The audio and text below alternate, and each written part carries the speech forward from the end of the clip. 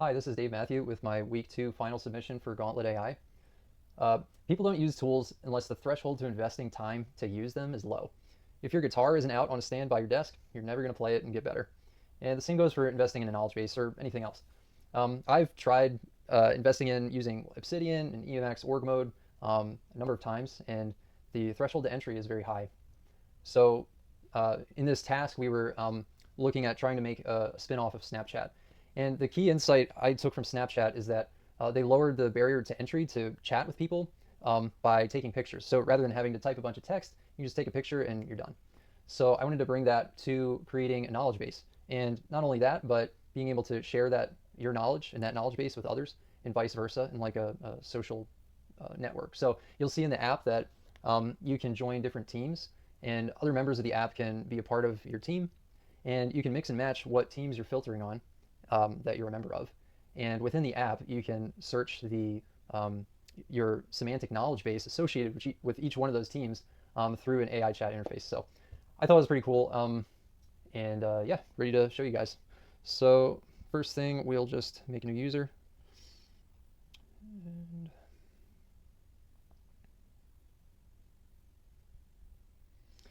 And when you sign in, you're met with a camera interface, just like Snapchat. Make the barrier to entry low. So when you're in here, you'll see when you take a picture, so say you've got even just some groceries to buy or something, you can submit it as a question, an answer, or a document. And when you do, you have to make sure you're associated with a team. And I'll get back to that window in a minute. But from here, you can draw on it if you like food. And when you're done, you can submit it as a document. And we call these thoughts. So a question, an answer, or a document is a thought. And when you submit it, it becomes a part of your semantic knowledge base that you can search. And we'll just show that now. So you can go into the knowledge window and you can search your thoughts here. So what should I buy at the store? And you'll see the thought shows up. And so you can search your thoughts that way. Or you can ask the AI chat to, you can basically ask ChatGPT augmented with your knowledge base to answer any question that you're wondering about. So there you go. You see it lists the list, bananas, peanuts, and milk. If it doesn't have the, if it doesn't find anything in your knowledge base, it'll just tell you so and then still answer you anyway. So you can see there it shows that. Yeah, a feature, like we could do nicer rendering here if we wanted to as a feature down the line. This is like a LaTeX equation. So yeah. And then for thoughts, you can see your thoughts listed here. Really what's going to happen here, right now they're all listed one at a time. So all documents, answers, and questions are in the chat interface. We want to change that so that this only lists questions. And then as you click into it, you'll see answers and documents listed in a thread within those questions. And then the person who asked the question will have the option to accept an answer and things like that. So that's that. Also, this title here should be populated with the title and description generated from the picture with an option for the user to change it. So we're going to, in order to show the Teams feature more, here's the reason. We're going to log out because this is how you would normally create a team. But as you can see, it broke recently, which is okay. Here's a team management page that you can see is also broken. But we'll go back and sign out. And we'll log in with a user that has a number of teams. Cool. So now we're in this user's account, and say he had a question and he wanted to address it to his like math group. This is CS 102, but let's just pretend. So he has this question he's working on. He got stuck. All right, what do I do? So he just posts to his group with all of his other like classmates in it. Posts a question, and then the background, what's happening is this is creating a vector embedding with OpenAI and storing it in the database so that you can search it semantically, which we saw earlier. And so yeah, you can see the new question was submitted, and then you can imagine later another teammate in the same group comes and posts an answer So this would be like an answer here. And then another use case is you just post answers for yourself in your personal knowledge base as you're learning things. So you can post this as an answer.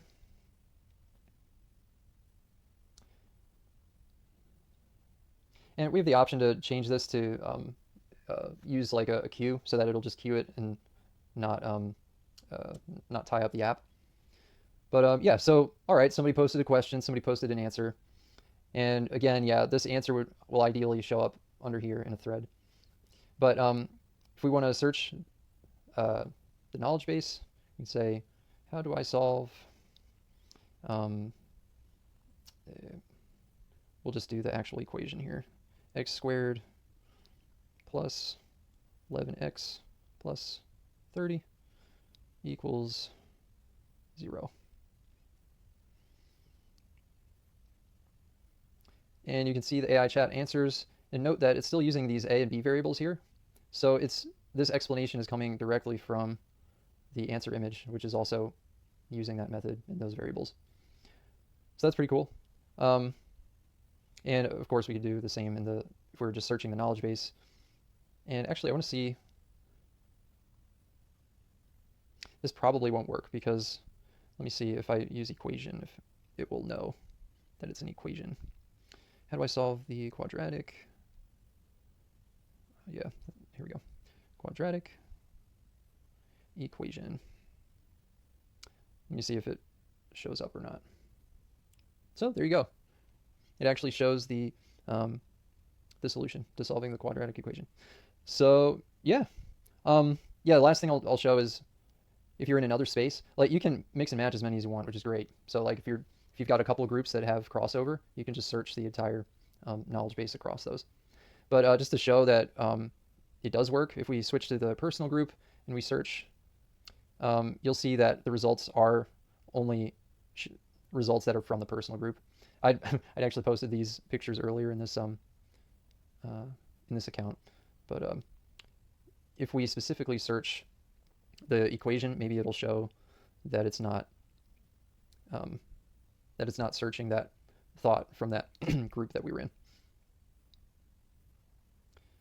Equals 0.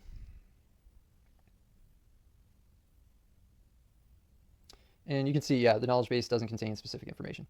So yeah, so that's my app. I thought it was pretty cool. I'd like to keep like investing in it.